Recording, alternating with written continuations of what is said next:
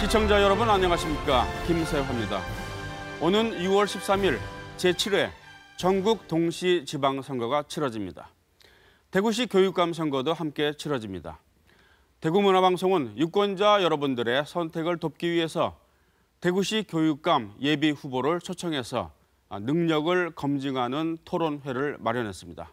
앞으로 4년 동안 대구 교육을 이끌어갈 수장으로서 누가 적임자인지 예비 후보들의 공약과 정책을 비교해 보시기 바라겠습니다.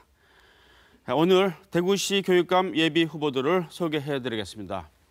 이 좌석 배치와 발언 순서는 사전 추첨으로 정했음을 알려드리겠습니다. 호칭은 후보로 통일하겠습니다. 먼저 홍덕률 후보 나오셨습니다. 네, 공감과 소통의 현장 교육감 홍덕률 예비 후보입니다. 네, 어서 오십시오. 다음에 강은희 후보 나오셨습니다. 한 아이도 놓치지 않겠습니다. 대구시 교육감 예비 후보 강은희입니다. 네, 마지막으로 김사열 후보 나오셨습니다. 대구를 선진형 공교육으로 채우려는 김사열 후보입니다. 네, 오늘 좋은 말씀 부탁드리겠습니다. 오늘 토론은 후보들의 기조연설, 공약 발표와 질의응답, 그리고 공통질문, 주도권 토론, 마무리 발언 등으로 구성을 했습니다. 원활한 토론을 위해서 발언과 답변 시간을 제한했습니다. 제한 시간 10초 전에 예고음이 울립니다. 제한 시간이 다 되면 종료음이 울립니다. 네, 제한 시간이 지났는데도 발언을 계속하시면 마이크를 끄겠습니다. 시간을 잘 지켜주시기 바라겠습니다. 특히 상대 후보에 대한 근거 없는 비난이나 인신공격은 자제해 주시기 바라겠습니다. 먼저 후보들의 기조연설을 들어보겠습니다. 추첨 순서에 따라서 홍덕률 후보부터 해주시기 바라겠습니다. 제한 시간은 1분입니다. 하십시오. 네, 대구시 교육감 예비 후보 홍덕률입니다. 지금까지 저는 많은 분들을 만났습니다. 학생, 선생님, 학부모님들과 소통하면서 아주 소중한 이야기들을 많이 들었습니다. 가슴 아픈 사연들도 적지 않았습니다. 어느 초등학생은 급식 질도 좋지 않은데 간식도 못 사 먹게 한다며 울상이었습니다. 한 고1 학생은 체력이 딸린다고 하소연했습니다. 한 어머니는 사교육비를 감당할 수 없다고 했고 또 다른 어머니는 제발 숨막히는 입시 제도를 바꿔달라고 호소했습니다. 선생님들도 힘들어하긴 마찬가지였습니다. 교실은 즐거워야 합니다. 배움의 기쁨과 가르치는 보람으로 가득해야 합니다. 교실과 학교에서 불안과 좌절과 절규를 걷어내겠습니다. 즐거운 교실, 안전하고 행복한 학교를 만들겠습니다. 감사합니다. 네, 다음에 강은희 후보 기조연설 하십시오. 존경하는 대구 시민 여러분, 교육가족 여러분, 우리 아이들 희망이 가득한 아이로 키우고 싶지 않으십니까? 그런데 여러분, 지금 안타깝게도 교실이 무너지고 있습니다. 정권이 바뀔 때마다 교육 정책은 흔들리고 있습니다. 이래서야 어떻게 아이들이 희망을 가질 수 있겠습니까? 현장이 중심이 되는 교육이 되어야 합니다. 그래야 아이들이 희망을 가질 수 있습니다. 교권을 강화해서 선생님과 아이들이 모두 존중받는 학교를 만들어야 합니다. 저는 사범대학을 졸업해 중고등학교에서 아이를 가르쳤던 현장 교사 출신입니다. IT 기업가로 국회의원으로 청소년 주무 장관으로 최선을 다했습니다. 이런 경험을 살려 대구 교육을 위해 헌신하겠습니다. 이제 교육감이 되면 우리 아이들의 희망 꼭 지켜내겠습니다. 감사합니다. 네, 김사열 후보 해주시죠. 시민 여러분 반갑습니다. 제가 2014년과 16년 경북대학교 총장 임용 과정을 통하여 교육에서 자율과 자치가 소중한 가치임을 깨달았습니다. 지역교육 현장에서도 자율성이라는 가치가 필요함을 알게 되었습니다. 제가 국내외에서 교육 전문가로 살아왔습니다. 덴마크와 미국에서 공부했습니다. 국내 대학에서 20년 이상 일해왔습니다.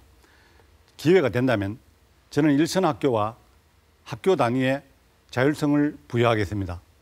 중앙정부의 불필요한 간섭을 막아내겠습니다. 학교 내에서는 선진적 공교육을 도입하여 교실 자치가 이루어져서 학생 중심 교사 책임제를 이루어가도록 하겠습니다. 그러기 위해서 교사의 교육의 업무를 줄이고 교권을 지키겠습니다. 학교 밖에서는 평생교육과 배려의 교육을 강화하겠습니다. 지역의 여러 교육 현장을 자율성이라는 원칙으로 세워가겠습니다. 네. 다음은 후보들의 공약 발표를 듣고 이 후보 간의 상호 질문과 답변을 통해서 공약을 점검하는 시간입니다. 먼저 세 후보의 공약을 각각 1분 동안 듣겠습니다. 세 후보의 공약 발표가 끝나면 다른 두 후보가 이 공약에 대해서 질문을 30초 동안 하시고 질문받은 후보는 1분 동안 답변하시면 됩니다. 이번에는 강은희 후보부터 공약을 발표해 주십시오. 학생들은 즐겁게 배우고 교사는 가르치는 기쁨을 느끼고 학부모님들은 아이들을 안심하고 맡길 수 있는 든든한 교육감이 되겠습니다. 먼저 학생에게는 초중 2개 학년 1학급 2교사제를 도입하고 IB 교육과정으로 미래 핵심 역량을 기르겠습니다. 진로 진학 취업 종합센터를 설립해 학생들의 꿈과 끼를 키우겠습니다. 학부모님께는 초등 돌봄 교실을 확대하고 유치원의 다양성을 높이겠습니다. 유치원 교육의 질은 높이고 부담은 줄이겠습니다. 대구 특수교육원을 설립해 맞춤형 특수교육을 지원하겠습니다. 선생님께는 학교와 선생님의 자율성을 대폭 강화하고 학교 행정 업무를 30% 이상 경감하겠습니다. 교육권 보호센터를 설립해 선생님과 학생이 모두 존중받는 학교를 만들겠습니다. 네. 다음은 김서열 후보께서 공약을 발표해 주십시오. 선진형 공교육을 도입하여 학교 자치와 교실 자치를 이루겠습니다. 학교 단위의 교육 과정 편성과 학사 운영의 최대한 자율성을 보장하겠습니다. 교실 단위의 학생 중심 교사 책임제를 실현하겠습니다. 선진형 평가제를 도입하겠습니다. 교실 바깥의 평가를 최소화하고 교사의 평가한 학생의 학력에 대해서 평가의 중심이 되도록 하겠습니다. 대구에 덴마크식 자유학교를 설립하겠습니다. 학생의 다양한 재능을 키울 수 있도록 자유교실과 자유학교를 시작하겠습니다. 가정 형편이 어려운 영재나 재능학생을 위하여 대구재능 희망기금을 시작하겠습니다. 무상교복을 실현하겠습니다. 의무교육은 무상이라는 헌법의 조항을 근거로 해서 중학생 무상교육을 단계적으로 실현해 나가겠습니다. 네. 다음은 홍동열 후보 공약 발표해 주십시오. 네, 저는 가장 크게 중요하게 두 가지를 먼저 지적하고 싶습니다. 하나는 교실을 살려내는 겁니다. 교실을 살려내서 학생들이 행복하게 학교를 다닐 수 있게 하고 선생님들이 존경받을 수 있게 해드리고 사기를 높여드리고 또 학부모님들께서는 자녀를 안심하고 학교에 맡길 수 있는 환경을 조성하는 것이 첫 번째 대단히 중요한 공약입니다. 두 번째는 지금 급변하고 있는 사회가 요구하는 미래 인재를 제대로 길러내기 위해서 교육 과정, 교육 방법, 교육 환경을 변화시키고 혁신해 가는 것입니다. 우리가 대구가 상대적으로 이 점에서는 좀 더디다는 판단을 하고 있습니다. 상당히 속도를 내겠습니다. 세 번째는 이런 정책들을 누구나 할 수 있다고 생각하지 않습니다. 공감과 소통의 현장 리더십을 갖춘 제가 더 잘할 수 있다 이렇게 생각합니다. 감사합니다. 네, 공약 잘 들었습니다.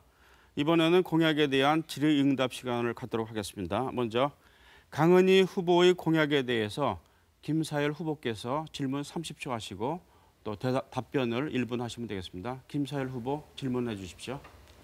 강 후보께서는 참여, 토론, 질문이 있는 대구형 창의융합 IB 교육과정 도입을 공약하셨는데 이것은 제가 공약한 작은 교실 선진형 평가와 맞물려 있다고 봅니다.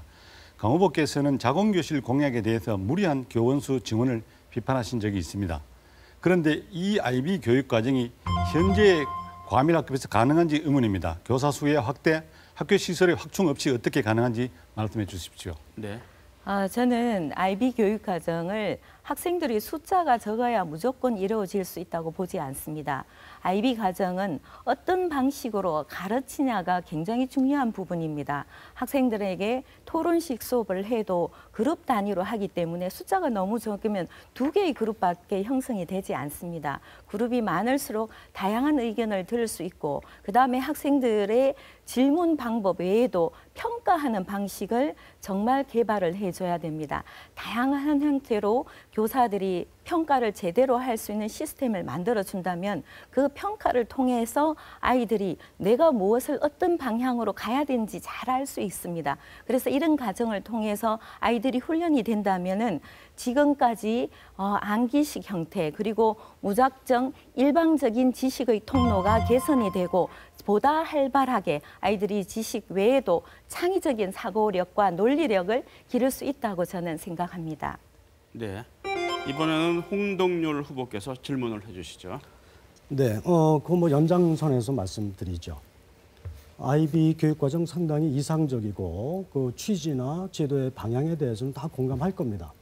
근데 이제 우리나라 교육 현장, 교실 현장을 보면 과정 평가 혹은 서술형 평가도 정착을 못하고 있어요. 여러 가지 원인이 있겠지만 물론 저는 대입 제도 때문에 상당히 영향이 있다고 생각을 합니다만은 이런 교육 현실에서 IB 교육과정 어떻게 구체적으로 현실적으로 정착시킬 수 있을지 상당히 걱정이거든요. 네, 저도 이 부분을 오랫동안 고민을 해봤습니다. 그런데 지금 현재의 교육 과정을 그대로 유지하려고 하느냐? 저는 안 된다고 보고 있습니다. 그러면 몽땅 한꺼번에 IB 과정을 다 도입하느냐? 그것도 저는 불가능하다고 봅니다. 그러면 어디서부터 바꿔야 하느냐? 그 부분이 중요한데요.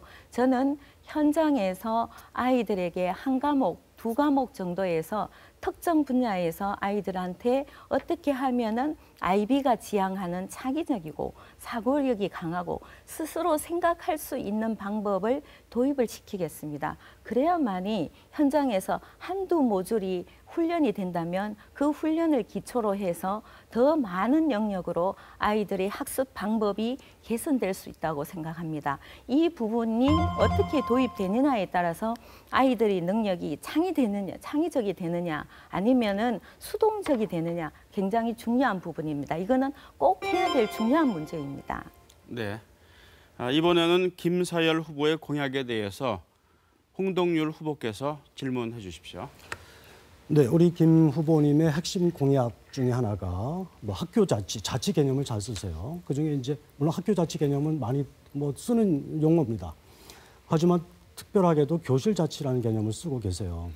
사실 생소한 개념이기도 합니다.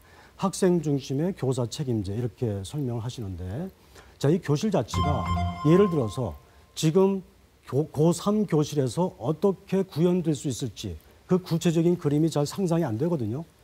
어떻게 설명하시겠습니까? 물론 이것은 이제 이 우리나라 전체 교육 제도의 그 연동된 변화가 동시에 필요하다고 보는데 금방은 아니지만 교육의 원리 자체가 교실 자치라고 하는 것은 교사의 평가한 부분, 교사의 기록한 부분 이런 것들이 교육의 중심이 되고 그것이 학생에 대한 정당한 평가로 이어지는 것이 맞다. 현재 우리나라는 이 선발에 의존해서 교육이 이루어지기 때문에 대학의 시험에 종속되어 있다는 이런 게 있는데 실제로 교육이 이루어지려면 그 학생을 365일 관찰하고 그 평가한 그 내용들이 교육의 중심에 서고 그것이 외부에서 대학이나 어디에서 그 사람을 평가할 때 중심적 요소가 되는 것이 저는 맞다고 보기 때문에 그런 점에서 교실 자치를 주장한 겁니다. 네. 이번에는 강은희 후보께서 김사열 후보께 질문해 주십시오. 네, 김 후보님. 지난번에도 이 부분 때문에 제가 여러 번 말씀을 드렸는데 작은 교실은 저도 동의를 합니다. 하지만 작은 교실이 지금 한꺼번에 될 수 없지 않습니까? 점차적으로 교원을 충원하시겠다고 하지만 교육부의 충원 계획을 보면 후보님이 주장하신 것과 너무 다릅니다. 13,000명 충원하시겠다고 하는데 대책이 어떻습니까?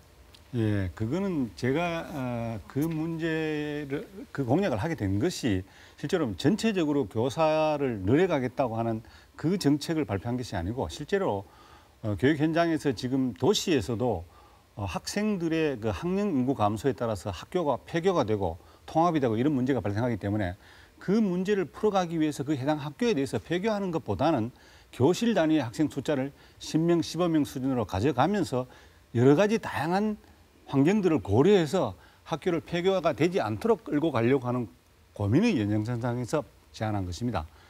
물론 이게 교육 기회가 이렇게 주어져서 교육의 수준을 높이는 쪽으로 가게 되려면 실제로 교사의 숫자가 많아져야 되는데 그런 쪽에서는 좀 장기적인 국가 단위에서의 예산 지원이라든가 정책의 결정이 필요하다. 그런 쪽으로 얘기를 했기 때문에 그런 오해는 없었으면 합니다.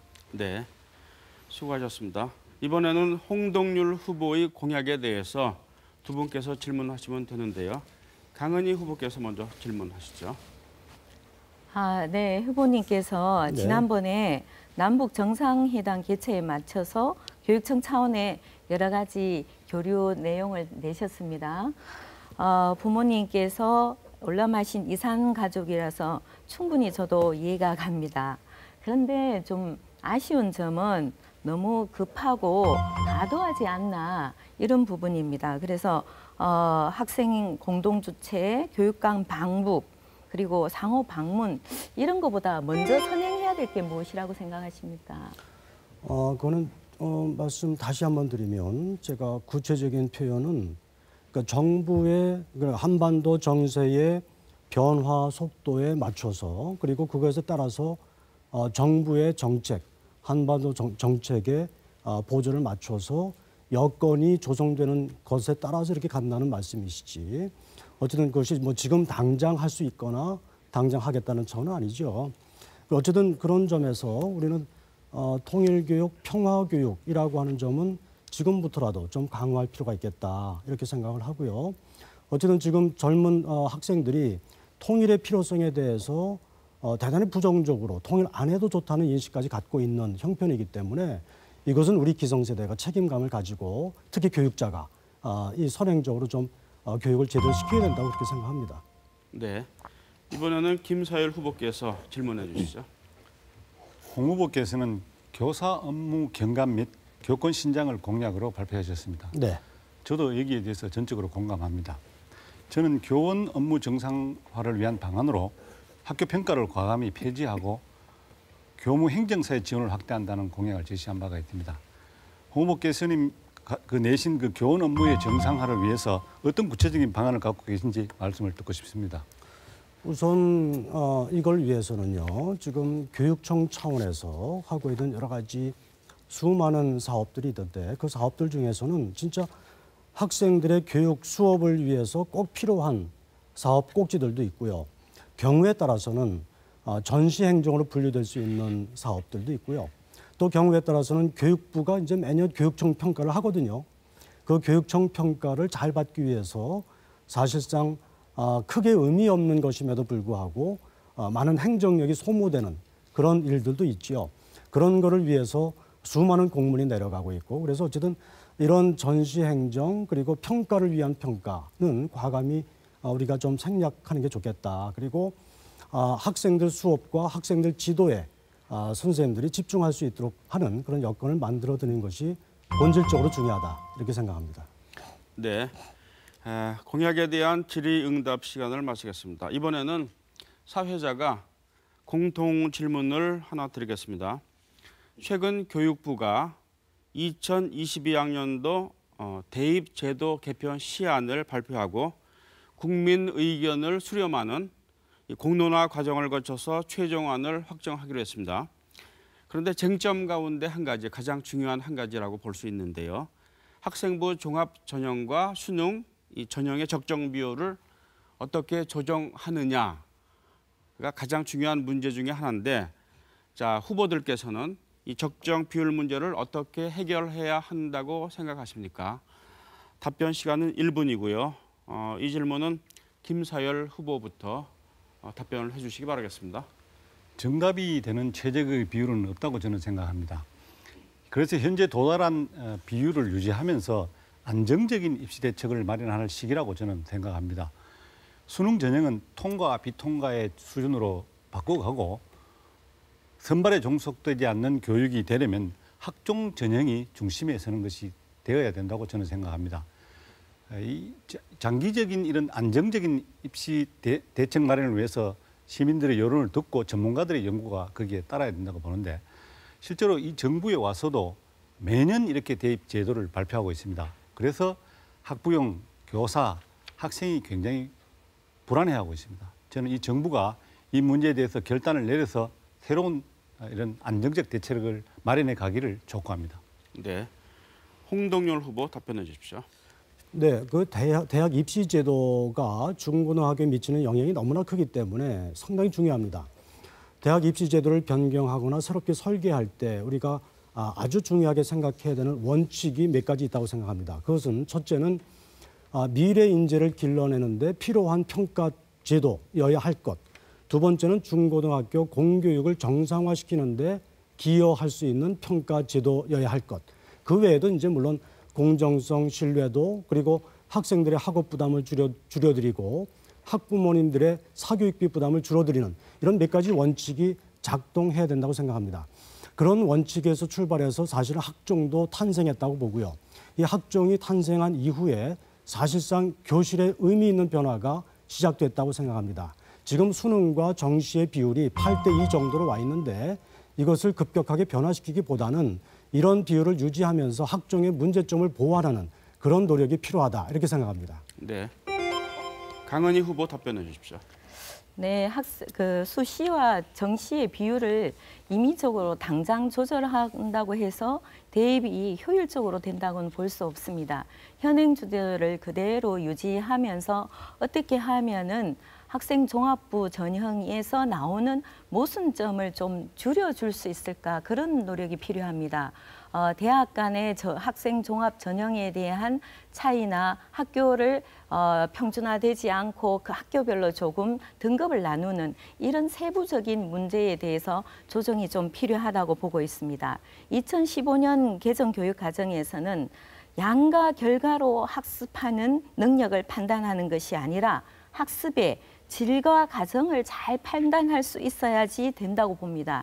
이걸 그대로 정신을 살리려면은 지금의 학생 종합부 전형을 제대로 잘 다듬어서 적용한다면 학교의 혼란도 줄어들고 학생들이 앞으로 공부에 대한 목표도 잘 정리할 수 있을 것 같습니다. 네, 자 이번에는 후보자들의 주도권 토론 시간을 갖도록 하겠습니다.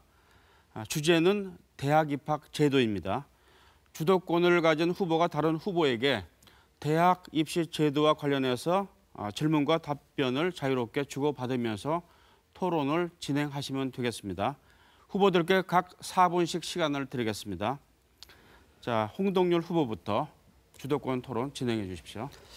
네, 먼저 김 후보께 질문을 먼저 시작하겠습니다. 전에 다른 토론에서 김 후보께서는 대학 입시 혹은 학생 선발권이라고 하죠. 대학 입장에서 보면 이 학생 선발권을 대학이 가져야 된다. 대학에게 돌려줘야 된다. 이렇게 말씀하셨습니다. 맞습니까? 그런 발언을 한 적이 있습니다. 하셨죠. 자, 저도 이제 대학 총장을 하면서 흔히 대학 총장이나 대학에 계신 분들은 그런 주장을 많이 하거든요. 하는데 사실 저는 계속 고민이었어요. 이게 대학 입장에서는 학생 선발권을 대학이 가지면 여러 가지 자율권이니까 좋은 측면이 있는데 이것이 잘못 행사가 되면 중고등학생들한테 상당히 큰 부담으로 전가가 되고 더 나아가서는 중고등학생들의 사교육을 부추기는 그런 결과를 초래하는 경우들을 많이 보거든요. 어떻게 생각하십니까? 제가 그 얘기를 했던 것은 이제 이 교실 내에서 우리가 이루어진 여러 가지 평가들, 기록들 이런 것들이 사실은 결과적으로 대학 입시에도 반영되는 것이 맞죠. 그게 이제 학종 전형의 그 정신이고 실제로 그게 기본 틀이라고 봅니다. 제가 이제 그때 그 얘기를 했던 것은 지금 현재 우리나라의 교육이 너무 교육부가 관여해가지고 천국 대학에 대해서 일률적으로 이렇게 하는 것에 대해서 제가 좀 문제가 있다 생각해서 대학에 대해서 어느 정도의 그런 자율적인 권한을 좀 주는 것이 맞다라고 한 것이지 그 자체로 그것으로 가야 된다 하는 것은 제가 말해온 것과는 다른 거죠. 그래서 실제로는 저는 그 교실 자체라고 하는 그 개념이 결국은 이 선지적 평가제를 제가 주장하고 물려가지고 실제로 그것이 온전하게 교사의 평가 이외의 것들을 중심에 두는 쪽으로 가는 것은 저는 적극적으로 반대하고 알겠습니다. 대학에서 지나치게 해버리면 그 대학에 하려는 것들에 입시생들이 종속되기 때문에 문제가 있다. 알겠습니다. 저는 그렇게 그러니까 표현을 사실은 학생 선발권을 대학이 다 가져오는 것은 사실 좀 문제가 있다. 이렇게 동의하시는 그렇죠. 거네요. 예, 네. 예. 그럼 좀 표현이 조금 좀 신중했으면 좋겠다 이런 생각을 예, 저는 뭐, 합니다. 어쨌든 그거는 큰 틀에서 제가 얘기를 할 때 네, 알겠습니다. 네. 현재 한시적인 부분들을 그런 것들로 제가 좀 문제가 있다고 지적해서 알겠습니다. 얘기합니다. 강 후보께 질문 드려도 되는 거죠? 네, 하십시오. 예. 전에도 잠깐 다른 토론에서 나왔습니다만은 우리 강 후보께서 정유라 씨 때문에 상당히 고생 많이 하셨어요. 그렇죠. 자, 뭐 다른 얘기는 제가 안 하겠습니다만은 정유라 씨가 사실은 이화에 대해서 취업 특기생으로 부정 입학을 한 데서 대한민국의 엄청난 비극이 이제 거기서 발단을 했는데 그 이후에 취업 특기생 입학 제도에 대해서 입시 제도에 대해서 대학들도 고민을 많이 했고 교육도 고민을 많이 했습니다. 취업 특기생의 대학 입시와 관련해서 부정과 비리를 근절하거나 예방할 수 있는 대책에 대해서 고민해 보셨습니까? 네, 후보님께서 말씀하신 내용을 보면 지금 현 정부에서 대학생의 특기생 제도, 대학의 특기생 제도 폐지하겠다고 이렇게 발표를 했습니다. 그러면 실제로 지금 오랫동안 초등학교 단계에서부터 자신의 꿈과 길을 가지고 특정한 부분에 몰두했던 아이들에게 대학을 갈 수 있는 길이 훨씬 줄어들게 됩니다. 이런 거를 일방적으로 폐지할 거는 저는 안 된다고 봅니다. 다만 공론화 과정을 거쳐서 전체 학과 내에 몇 분의 몇을 어떤 비율을 뽑아야 하는지 이런 공론화 과정이 필요하고요. 그다음에 객관적으로 입증할 수 있는 여러 자료들이 증빙이 되어야 됩니다. 지금도 그렇게 하고 있지만 일부 면접자나 평가자들이 임의로 했는 부분들이 저는 문제가 되어 왔다고 보고 있습니다. 그런 부분들을 객관화시킬 수 있는 시스템을 도입하면 된다고 봅니다. 네, 시간이 다 됐습니다. 다음에는 강은희 후보께서 대입 제도를 주제로 주도권 토론을 진행해 주시기 바라겠습니다. 네, 김사일 후보님께 질의하겠습니다.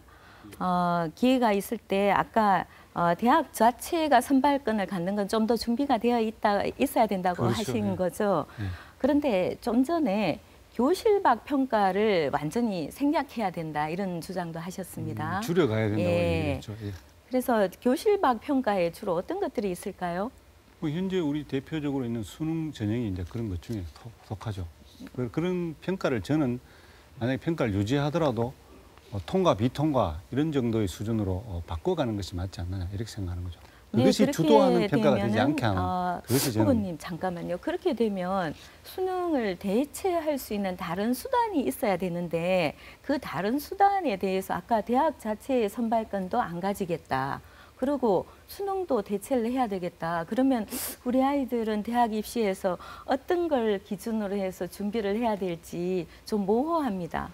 제가 이제 그 제도에 대해서는 선진형 평가제라는 걸 도입한다고 얘기했는데 그 선진형 평가제는 그런 교실 밖에 시험이 존재하는 경우에도 최소화해서 그 간섭이 적게 하고 그것에 그 주도적 가치를 하지 않도록 하는 것이죠. 실제로 뭐 고등학교 3학년 동안에 그 교실에서 매일 일어나는 일들을 기록하고 그 교과 지도에 대해서 또 그 학생의 뭐 독서에 대한 거라든가 아니면 진로 적성에 대한 이런 관찰을 한 교사의 기록 이런 것들을 네. 중심에 두고 잘 알겠습니다. 이렇게 그게 말씀을 대학에서 보는 것이 맞다고 저는 본 거죠. 후보님, 뭐 학생 종합 전형하고 거의 같은 거라고 보면 되겠습니까? 그런 내용들이 저는 이제 예. 거기에 가깝다고 보는 거죠. 예, 예. 예. 그래서 제가 후보님께서 말씀하신 선진형 평가 시스템에 대해서 공약으로 내것이면 좀 더 명확하게 좀 서명하게 해주시면 유권자들께서 이런 평가 시스템을 도입하시는구나 하고 좀 잘 이해할 수 있지 않을까 이렇게 좀 그런 느낌이 들어서 말씀을 드렸고요.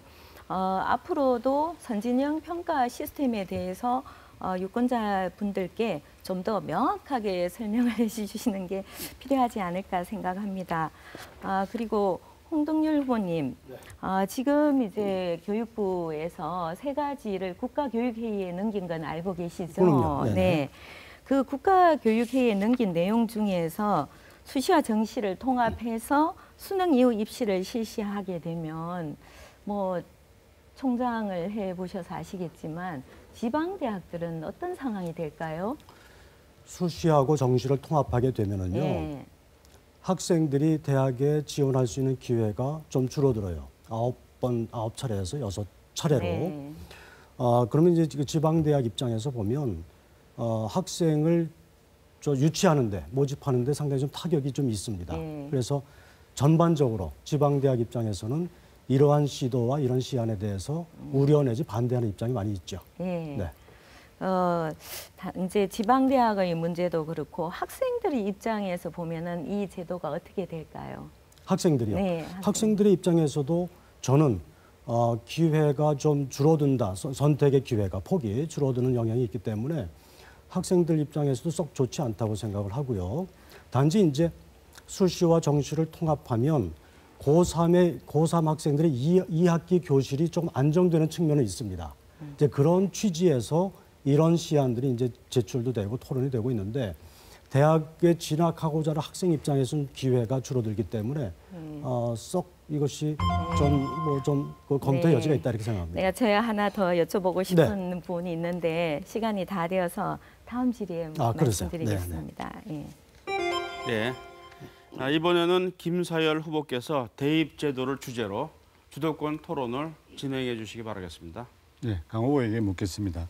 조금 전에 그 전형 비율에 대한 질문을 이렇게 하셨는데 그 대답을 하면서 인위적 조절을 하지 않고 현행을 유지하겠다 이렇게 말씀하셨는데 그러면 강 후보 본인이 가지고 있는 이 전형에 대한 그 원칙, 기본 철학이 어떤 것인지 그런 걸 좀 알고 싶네요. 예, 실제 올해 전형이나 2019년, 2020년도의 그 수시와 정시의 전형 비율을 대략 살펴보면 75%에서 2020년까지는 한 77% 정도가 수시로 전형이 될 가능성이 많습니다.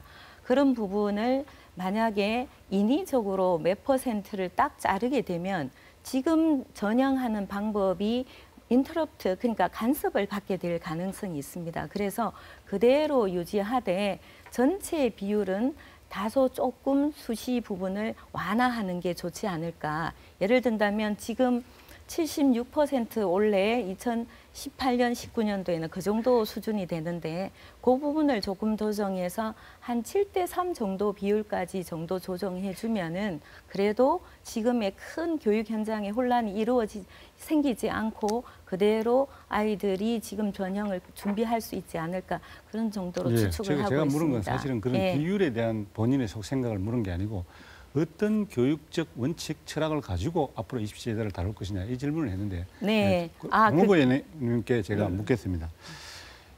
아까 이 세 가지 그 이유를 가지고 대학 입시를 다루는 게 맞다 이런 말씀을 하셨고 그 중에 공교육 정상화가 되도록 대학 입시가 정해지는 것이 맞다 이 말씀 저는 공감하는데요. 그렇습니다. 네. 실제로 이제 제가 교실 자치라는 것을 내걸고 실제로 그렇게 지금 금방은 되지 않죠.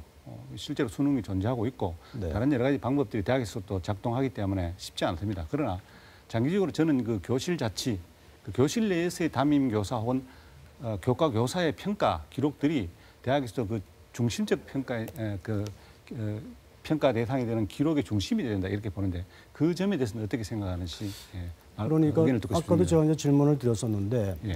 궁극적으로는 학생 중심의 교사 책임제라고 하는 차원에서 그런 용어를 쓰셨다면 그 기본적으로 나아갈 방향이라고는 생각합니다. 하지만 순서가 지금의 대학 입시 제도, 수능을 중심으로 하는 이런 대학 입시 제도가 존재하는 한 그런 식의 교실 자치나 그런 식의 수업 혁신은 힘들다.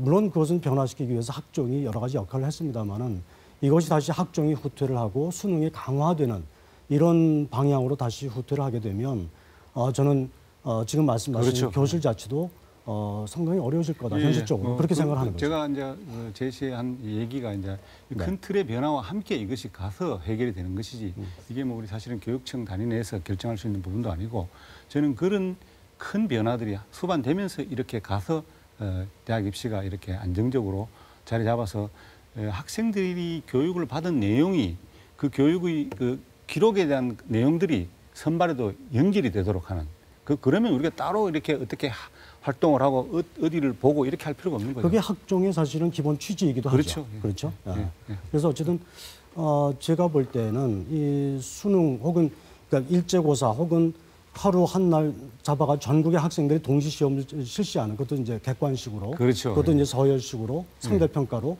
하고 이런 방식은 미래형 인재를 길러내는데 적합하지 않다. 굉장히 그렇죠. 그런 의미에서 실제로, 입시제도의 예. 어떤 변화는 우리가 진지하게 고민해야 된다 이렇게 생각하는 거죠. 예, 실제로 뭐 또 시험을 또 한 번밖에 하지 않습니까? 네. 이걸 여러 차례 쳐가지고 학생들에게 기회를 주는 것도 뭐 현실의 단기적인 문제로 푸는 방법이라고 생각합니다. 네, 수고들 하셨습니다. 이번에 공통 질문을 한 가지 더 드리겠습니다. 사례를 들으시고 어떻게 대처하실지 말씀해 주시기 바라겠습니다. 사례를 말씀드리겠습니다. 자, 교육감에 당선된 후에 이 절친한 이웃이 찾아와서 다음과 같은 고민을 털어놨습니다. 자신의 중학생 자녀가 같은 반 친구들에게 이른바 와이파이 셔틀로 휴대폰 데이터를 빼앗겨서 한 달 휴대전화 요금이 수십만 원 나왔고 또 스마트폰 메신저 단체방에서 욕설까지 듣고 있다는 것입니다. 그렇다고 이 자녀가 대화방을 나가면 강제로 대화방에 초대한다는 것입니다. 이 같은 이야기를 들으시면 어떻게 하시겠습니까? 답변 시간은 1분이고요. 강은희 후보부터 말씀해 주십시오. 네, 아마 엄마가 되면 굉장히 속상할 것 같아요. 네. 학교 폭력을 예방하기 위한 다양한 정책을 강화해야 될 필요가 있습니다. 근본적으로는. 그리고 가장 먼저 아이를 보호해 주는 게 우선이 되어야 될 것 같습니다. 엄마에게 얘기한 것을 칭찬해주고 아이를 위로하고 그간 상황을 먼저 파악해야 되겠습니다. 문제가 해결될 때까지는 아이가 휴대폰을 쓰지 못하도록 하고 학교 담임 선생님과 상담 선생님께 상황을 전달하여 도움을 요청하거나 학교에서 된 규정을 적용할 수 있어야 되겠습니다. 그리고 중요한 것은 무엇보다도 2차 피해가 일어나지 않도록 아이를 잘 관찰하고 학교에도 각별히 신경 써주실 것을 당부해야 되겠습니다. 또 다음 중요한 것은 재발 방지를 막고 피해 학생의 심리적 두려움을 없애주는 것도 꼭 동반되어야 될 것입니다. 네. 다음은 김사열 후보 답변해 주십시오. 교육감으로서 책임을 통감한다고 먼저 학부형에게 사과하는 것이 맞겠죠. 학교 다니면서 교과 지도뿐 아니라 생활 지도도 굉장히 중요한데요. 제가 들은 얘기로는 교장 선생님이 전교 학생의 이름을 기억하고 있는 그런 학교에서는 이런 문제가 일어나지 않는다고 합니다. 실제로 그래서 이런 잠재 이런 폭력 학생에 대해서 전 교사, 담임 교사, 교장까지 포함해서 예비적 활동들을 통해서 이런 문제가 발생하지 않도록 하는 것이 맞다고 저는 봅니다. 일단 피해 학생에 대해서는 우선적으로 보호 조처를 해야 되겠죠. 학교 폭력은 인지한 순간부터 가해자에 대해서는 무관용 원칙으로 공식적 절차를 밟도록 하겠습니다. 제가 공약한 콜센터나 학부모의 창으로 연결해서 학교폭력대책자치위원회에 알려서 차례로 문제를 풀어가도록 하겠습니다. 네. 다음은 홍동열 후보 답변해 주십시오. 네, 뭐 이 정도면은 전형적인 학교 폭력 사례에 해당을 하죠. 상당히 있어서는 안 되는 그런 불행한 사건입니다. 이 이웃 말씀해주신 이웃분께 사과와 함께 이렇게 이야기를 해줘서 고맙다는 인사를 먼저 해야 되겠죠. 그리고 위로를 해드리고요. 먼저 이 피해 학생과 가해 학생이 분리되는 것이 필요합니다. 제2차 피해가 발생하지 않도록 예방하기 위해서도 그렇고요. 그다음에 사실관계를 확인을 해야 될 것이고 학교폭력신고센터 117이라고 있습니다. 학교폭력신고센터에 신고를 해야 될 것이고 그다음에 이제 피해 학생에 대해서 여러 가지 상담 혹은 치유 프로그램이 가동이 되어야 됩니다. 전문가가 투입되어야 하고요. 이 가해 학생에 대해서는 징계 혹은 처벌이 따라야 됩니다. 이 정도 수준이면 상당히 심각한 것으로 받아들여야 될 겁니다. 다시 학교 생활에 적응할 수 있도록 뒷받침해야 될 거고요. 네. 네. 주도권 토론을 한 차례 더 하겠습니다. 주제는 정하지 않겠습니다. 다만 주제가 없다고 해서 이 주어진 시간을 자신을 홍보하는 데 쓰시는 것은 삼가해 주시기 바라겠습니다. 후보들께 이번에도 4분씩 시간을 드리겠습니다. 이번에는 김사열 후보부터 주도권 토론 진행해 주시기 바라겠습니다. 강 후보께 질문합니다. 2014년 교문위에서 김희정 의원과 함께 강 후보께서는 최순실의 딸 정유라의 승마협회 국가대표 선발 의혹에 대해서 비유하신 적이 있죠. 당시 김희정 의원이 이렇게 훌륭한 선수에 대해 음해를 하는 것을 문체부가 두고 봐서 되느냐? 아주 훌륭하게 커왔던데 보호해야 된다고 주장했습니다. 강 후보께서도 정 선수와 관련된 사실들이 허위 사실이라는 게 어느 정도 밝혀졌다고 본다. 언론에 수없이 보도 자료가 나간 것으로 아는데 여기에 대한 명예회복을 해줘야 한다고 주장한 바가 있습니다. 이후 3개월 뒤에 김희정 의원은 여성가족부 장관으로 임명되었습니다. 김희정 의원 다음은 강은희 후보께서 장관에 임명되셨죠. 이와 관련해서 민주당 김미경 의원은 당시 최순실이 장관을 쥐락펴락했다. 강은희 장관도 최순실의 보훈 인사가 아닌가 하면서 장관직 사퇴와 사과를 요구한 바가 있죠. 그런 분이 교육감 자격이 된다고 생각하시는지 의견을 듣고 싶습니다. 제가 여러 차례 이 부분에 대해서 말씀을 드렸는데요. 만약에 그게 사실이고 또 정확하지 않는 말씀을 계속 하시는데 일부 얘기만 계속했습니다. 그날 국회 상임위에서도 그 부분을 충분히 해명을 했었는데요. 그 얘기는 네. 제가 알겠습니다. 제가 주도하는 시간이니까 예. 제가 말씀하겠습니다. 제가 사실은 여기 국회 교문위 전체 이 속기록을 가지고 왔습니다. 다 들여다보고 제가 확인한 사실이기 때문에 그거에 대해서 그렇지 않다고 말씀하시는 건 적절하지 않다고 봅니다. 그리고 이제 그 뒤에 사죄했다고 모든 것이 사실은 없어지는 것은 아닙니다.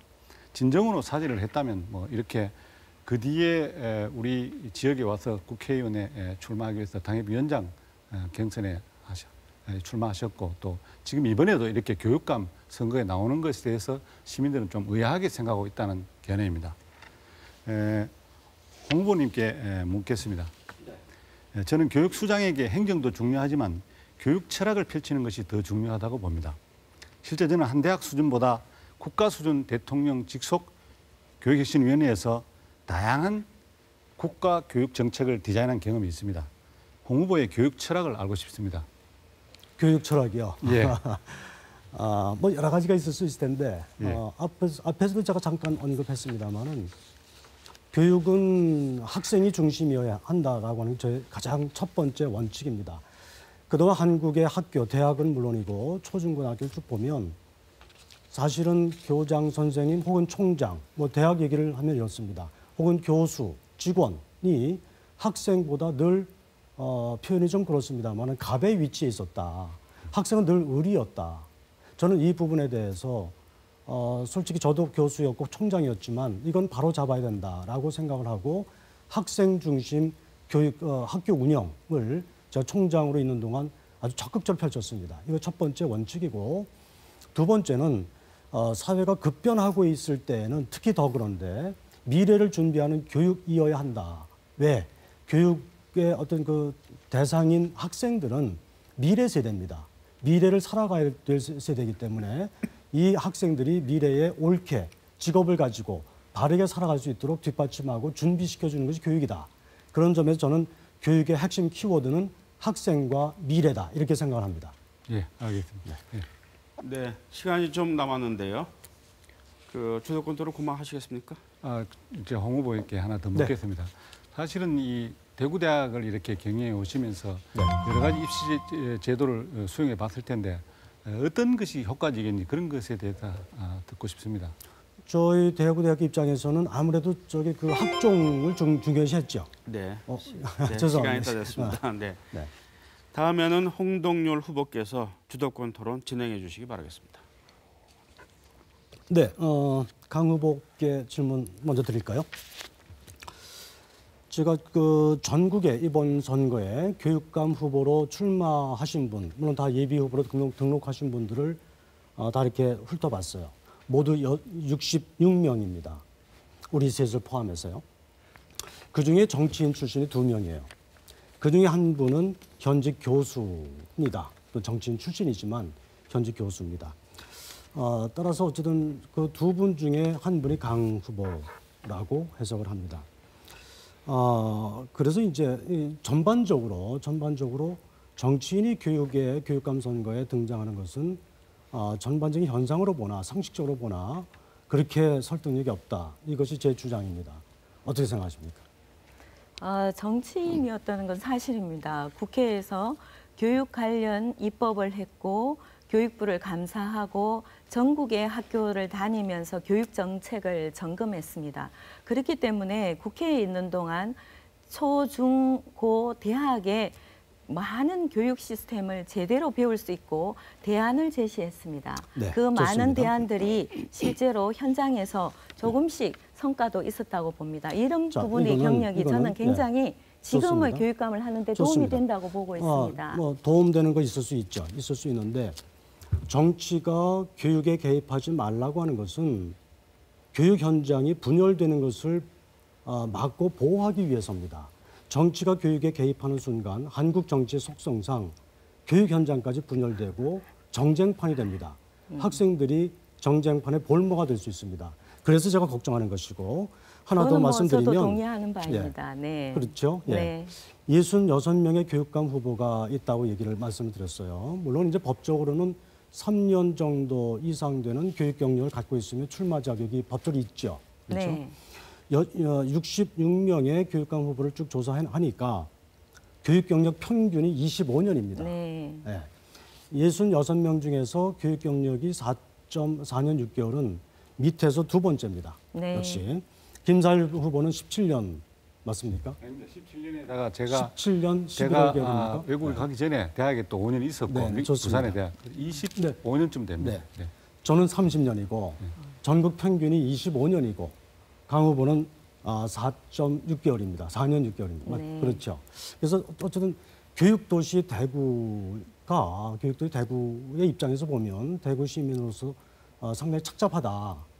대구 교육도시 대구가 이런 면에서도 기록을 세워야 되는가라고 하는 점을 제가 좀 착잡하게 읽고 있습니다. 하나만 더 질문 드릴게요. 장관을 하셨는데 사실 정치적으로 책임지는 자리입니다. 실정법을 떠나서. 박근혜 대통령 그리고 정유라 씨 사건 이후에 불거졌던 여러 가지 국가적인 비극 사태에 대해서 같이 국무위원을 역임했던 19분들 중에서 지금 누구도 이번 선거에 출마하지 않고 있다고 봅니다. 대부분 자숙하거나 상당히 지금 반성하는 입장이 있다고 생각하는데 거의 유일하게 강 후보가 선거에 출마를 하신 것 같아요. 이 부분 답변해 주시죠. 네. 제가 여성가족부 장관을 하면서 많은 현장을 다녔습니다. 특히 청소년 부분에 관심을 많이 두고 청소년 시설이나 청소년들의 활동을 많이 살폈습니다. 2023 세계 잼버리 유치에도 정말 최선을 다했고요. 그런 일들을 겪으면서 제가 느낀 거는 우리가 교육이야말로 미래를 희망을 주기 때문에 우리 국가의 미래를 위해서도 교육을 제대로 해야 된다 이 생각을 하고 알겠습니다. 있습니다. 제 질문에는 답변이 안 됐습니다. 네, 시간이 다 됐습니다. 이번에는 강은희 후보께서 주도권 토론 진행해 주시기 바라겠습니다. 네, 두 분 후보님께서도 정치를 하지 않아야 된다고 주장을 하시면서 계속 저한테 정치인이라고 공격을 하시는데 두 후보님의 행적을 잠시 한번 살펴보겠습니다. 김 후보님께 여쭙겠습니다. 후보님은 민해총 대구시 지회장을 하셨죠.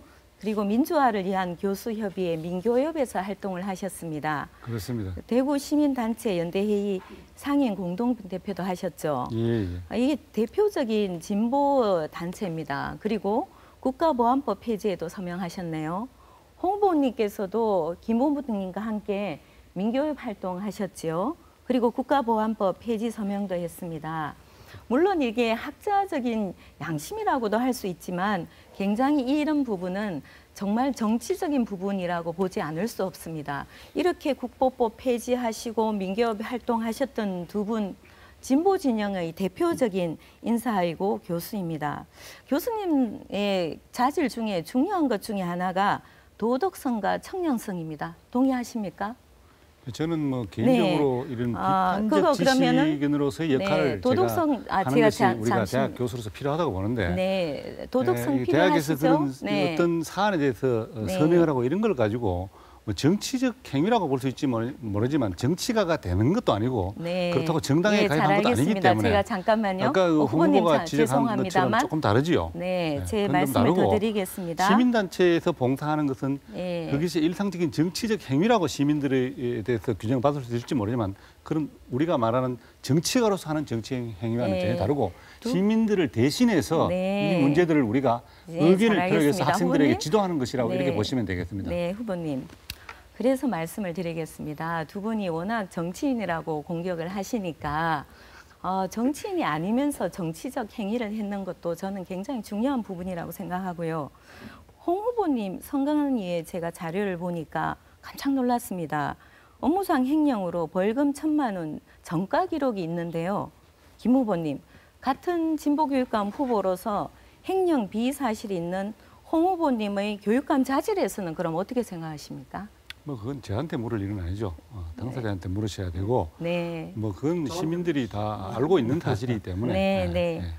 모든 대구 시민들이 다 알고 있다고 생각을 하시네요. 예, 김 후보님, 3월에 진보교육감 후보라고 출마 선언을 했던 김태일 교수님으로부터 단일화 제안 받으셨지요? 뭐 본인이 그런 제안을 하신 적은 있죠. 예. 지금 나와 계신 홍 후보님 두 분 모두 진보교육감 후보라고 또 대구 시민들도 알고 계십니다. 저는 두 분이 성향이 같으신데 왜 단일화를 안 하셨는지 좀 궁금합니다. 네, 그때 그 제안을 하신 거는 본인이 그냥 자발적으로 혼자 하신 거지 실제로 뭐 저나 홍 후보를 이렇게 만나거나 해서 의견을 이렇게 교류한 상태에서 한 것이 아닙니다. 그래서 그런 제안들은 뭐 나름대로 그 본인의 의견이기 때문에 우리가 존중하지만 그것이 제 의견이라고 말하시는 건 조금 다르다고 봅니다. 예. 저는 제가 그 주도하는 토론이라서 저는 이렇게 생각합니다.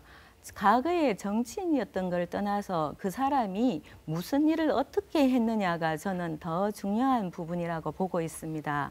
그래서 교수이지만 정말 폴리페서 교수들이 많이 있습니다. 이번 대구시뿐만 아니라 전국 교육감 후보 중에서 많은 분들이 교수님들이 출마해서 이게 또 다른 정치로 올라가는 발판이 되려고 하는 그런 비판 기사가 많이 있습니다. 두 후보님께서도 이 부분에 대해서 신중해 주시기 바랍니다. 네, 시간이 다 됐습니다. 수고들 하셨습니다.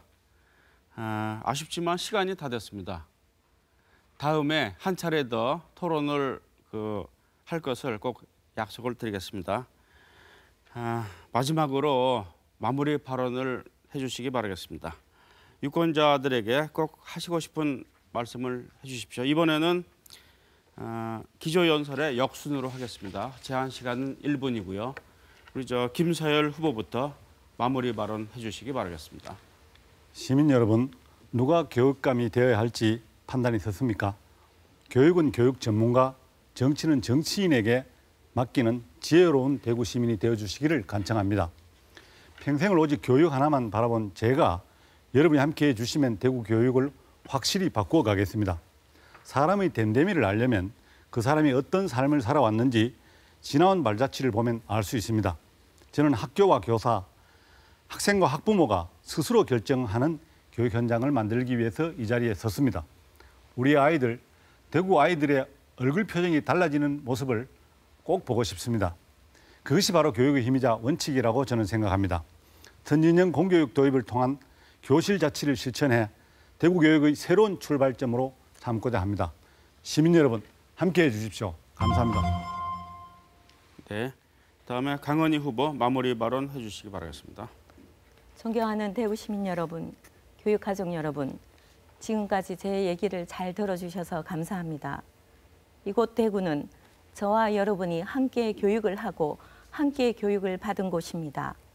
저는 개인적으로 대학생 때 아버지를 여의고 3명의 동생을 교육시켜야 했습니다. 공평한 교육 기회가 얼마나 중요한지 잘 알고 있습니다. 한 아이도 놓치지 않겠습니다. 교실은 활기차게, 학교는 안전하게 만들겠습니다. 기초를 튼튼히 하고 미래의 역량을 키우겠습니다. 제가 교육감이 되면 교육 때문에 그 누구도 눈물 흘리지 않는 대구를 꼭 만들겠습니다. 든든한 울타리가 되어 외풍을 막고 엄마의 마음으로 정성을 다하겠습니다. 감사합니다. 네, 마지막으로 홍동열 후보 마무리 발언 해주십시오. 네, 저는 30년 경력의 교육자입니다. 그중 8년은 대학 총장으로 일했습니다. 그 8년은 저에게 시련과 고난의 시간이기도 했습니다. 악성 재단 분규를 관리하면서 학생의 수업권, 교수의 교권을 지켜내야 했습니다. 결국 해냈습니다. 희생도 컸지만 재단 분규 정리했습니다. 대학의 위상과 경쟁력도 크게 끌어올렸습니다. 정부 사업도 전국 최상위 수준으로 유치했습니다. 4년 전 두 번째 총장에 취임할 때 학생들이 축하 행가래를 쳐주었습니다. 세상에서 가장 아름다운 총장 취임식, 한 신문의 기사 제목이었습니다. 교육에는 시행착오가 있을 수 없습니다. 30년 교육자, 성공한 대학 총장, 공감과 소통의 현장 리더십, 저 홍동열이 해내겠습니다. 감사합니다. 네, 세 분 후보님들 오늘 수고 많이 하셨습니다. 시청자 여러분, 오늘 토론 어떻게 보셨습니까? 짧은 시간이었습니다만 오늘 토론이 유권자 여러분의 선택에 도움이 되었으면 합니다.